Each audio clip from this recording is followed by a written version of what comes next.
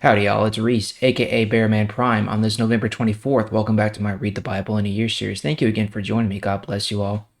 Card the top right hand corner for the rest of the playlist. And please hit that like button, subscribe button, notification bell if you're enjoying the series and want to stay caught up.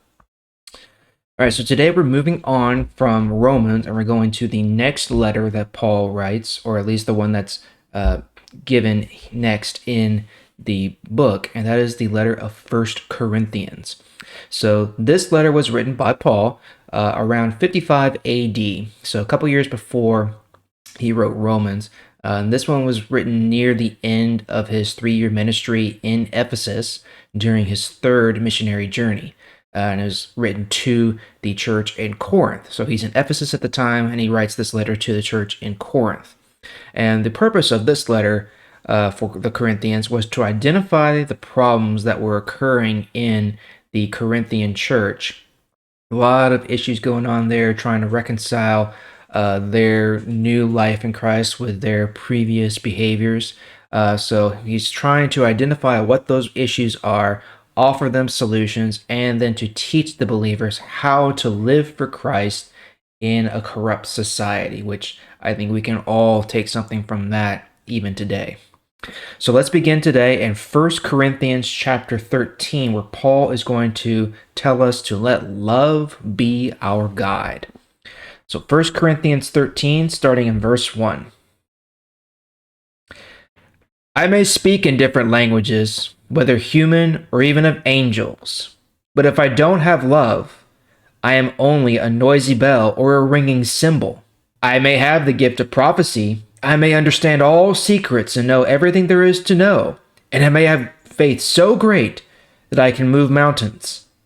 But even with all this, if I don't have love, I am nothing. I may give away everything I have to help others, and I may even give my body as an offering to be burned, but I gain nothing by doing all this if I don't have love. Love is patient and kind. Love is not jealous. It does not brag, and it is not proud. Love is not rude, it is not selfish, and it cannot be made angry easily. Love does not remember wrongs done against it. Love is never happy when others do wrong, but it is always happy with the truth. Love never gives up on people. It never stops trusting, never loses hope, and never quits. Love will never end. But all those gifts will come to an end. Even the gift of prophecy, the gift of speaking in different kinds of languages, and the gift of knowledge. These will all end because this knowledge and these prophecies we have are not complete. But when perfection comes, the things that are not complete will end. When I was a child, I talked like a child, I thought like a child, and I made plans like a child. When I became a man, I stopped those childish ways. It is the same with us. Now we see God as if we are looking at a reflection in a mirror. But then, in the future, we will see him right before our eyes. Now I know only a part, but at that time I will know fully, as God has known me. So these three things continue: faith, hope, and love. And the greatest of these is love. All right, that's what we're going to end today. So, you may have heard at least part of this passage before, that part where love is patient, love is kind, all that part. That's really popular to say at weddings. It's a very popular thing to recite and say at weddings because it is true. Love is patient and kind. So, husbands and wives should be patient and kind with each other. All that it applies to the marriage dynamic too, but it also applies to our dynamic with everyone. Okay, he's not talking about just between two people. He's talking about our interactions and our relationships with everyone. We should be loving everyone in this way. We should be patient with them. We should be kind with them. Don't be jealous. Don't brag. Don't be proud. Don't be rude and selfish and angry and all these things.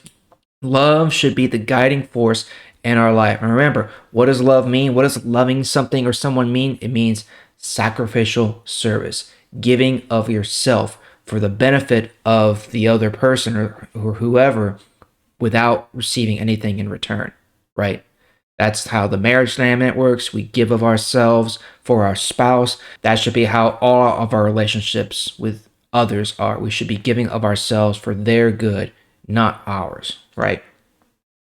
And the thing about love is that it never stops. That's what Paul is saying. It never ends. Everything else that we may have right now, all these gifts that we may have, they will come to an end. Even these gifts of, like he uses the example, prophecy, speaking in tongues, different kinds of languages, knowledge, all these things will come to an end when Christ returns, when, we transition to the new kingdom, right? All that previous stuff, it ends because it won't matter anymore, right? But love will continue on forever and ever to to infinity, right? Because God's love is infinite. God's love has no beginning and has no end. So our love should be much the same. It should have no beginning and no end, no conditions, nothing to hold it back, right? Love continues on. Okay, well, that's all for today. We'll pick it up there tomorrow. Thank you again for joining me. I sure do appreciate it. I'll see y'all tomorrow.